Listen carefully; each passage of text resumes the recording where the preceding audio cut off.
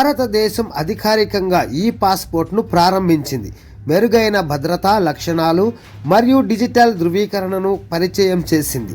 దరఖాస్తు చేసుకోవడానికి ఎవరు అర్హులు, దరఖాస్తు ప్రక్రియ ఎలా పనిచేస్తుంది, వర్తించే రుసుములు, కీలక ప్రయోజనాలు మరియు ప్రధాన భద్రతా అప్గ్రేడ్లు మనం ఈ వీడియోలో తెలుసుకుందాం.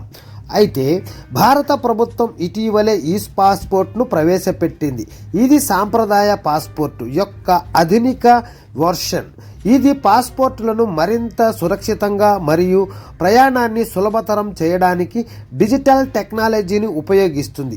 ఈ నవీకరించబడిన పాస్పోర్ట్లో ఎన్క్రిప్టెడ్ వ్యక్తిగత మరియు బయోమెట్రిక్ డేటాను కలిగి ఉన్న చిన్న ఎలక్ట్రానిక్ చిప్ ఉంటుంది. ప్రపంచ ప్రమాణాలకు అనుగుణంగా ప్రయాణ పత్రాలను అప్గ్రేడ్ చేయడానికి భారతదేశం చేస్తున్న ప్రయత్నంలో ఈ ఒక కొత్త వ్యవస్థ భాగం.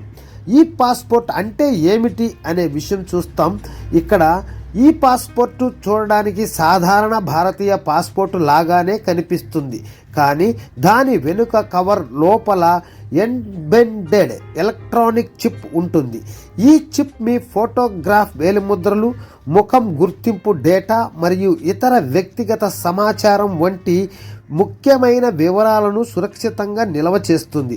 ఈ చిప్ కఠినమైన అంతర్జాతీయ ప్రమాణాలను అనుసరిస్తుంది. దీని వలన అనధికార వ్యక్తులు డేటాను కాపీ చేయడం లేదా ట్యాంపర్ చేయడం యొక్క కష్టం అవుతుంది.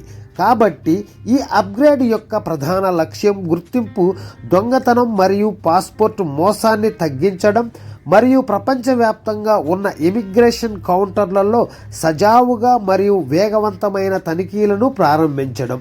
ఈ పాస్పోర్టు కోసం ఎవరు దరఖాస్తు చేసుకోవచ్చు?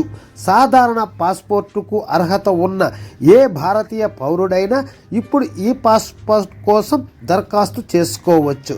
అంటే కొత్త దరఖాస్తుదారులు మరియు వారి పాస్పోర్టులను పునరుద్ధరించుకునే వ్యక్తులు ఇద్దరూ అర్హులు. ప్రస్తుతం భారతదేశం అంతటా ఎంపిక చేసిన పాస్పోర్టు సేవా కేంద్రాలు, పిఎస్కేలు మరియు పోస్ట్ ఆఫీస్ పాస్పోర్టు సేవా కేంద్రాలు పిఓపిఎస్కేలు వద్ద ఈ సేవ అందించబడుతోంది. కాబట్టి దరఖాస్తుదారులు దరఖాస్తు చేసుకునే ముందు వారి సమీప కేంద్రాన్ని ఈ పాస్పోర్టులకు మద్దతు ఇస్తుందో లేదో తనిఖీ చేసుకోవాలి. ఎలా దరఖాస్తు చేసుకోవాలి?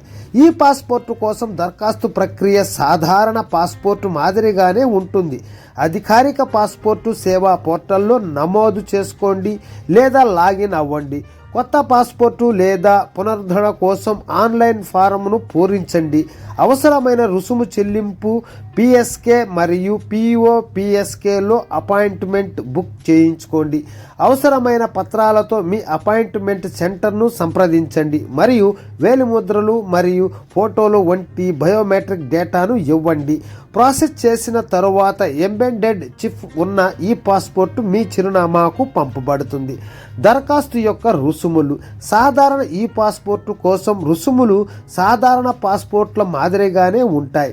36 పేజీలు కలిగిన బుక్లెట్ $1,500, 60 పేజీలు కలిగిన బుక్లెట్ $2,000. తాత్కాల్ లేదా వేగవంతమైన సేవల కింద అదనపు ఛార్జీలు వర్తించవచ్చు. భారతీయ ప్రయాణికులకు ఈ పాస్పోర్ట్ అనేక ప్రయోజనాలను తెస్తుంది. బలమైన భద్రతా చిప్ మరియు ఎన్క్రిప్షన్ పాస్పోర్టులను నకిలీ చేయడం లేదా దుర్వినియోగం చేయడం కష్టతరం చేస్తాయి. వేగవంతమైన ఇమిగ్రేషన్ తనిఖీలు, ఆటోమేటెడ్ సిస్టమ్లు బయోమెట్రిక్ డేటాను త్వరగా చదవగలవు. ప్రవేశ మరియు నిష్క్రమణ ప్రక్రియలలో వేగవంతం చేస్తాయి. Global complaints. ఇది ప్రపంచ ప్రమాణాలకు అనుగుణంగా ఉంటుంది. భారతీయ పాస్పోర్టులను మరింత విస్తృతంగా ఆమోదయోగ్యం మారుస్తుంది. ఈ ప్రారంభం భారతదేశం ప్రయాణ డాక్యుమెంటేషన్ ఎలా నిర్వహిస్తుంది మరియు అంతర్జాతీయ ప్రయాణ భద్రత మరియు సౌలభ్యాన్ని ఎలా పెంచుతుంది అనే దానిలో ఒక ప్రధాన మార్పుగా సూచిస్తుందన్నమాట.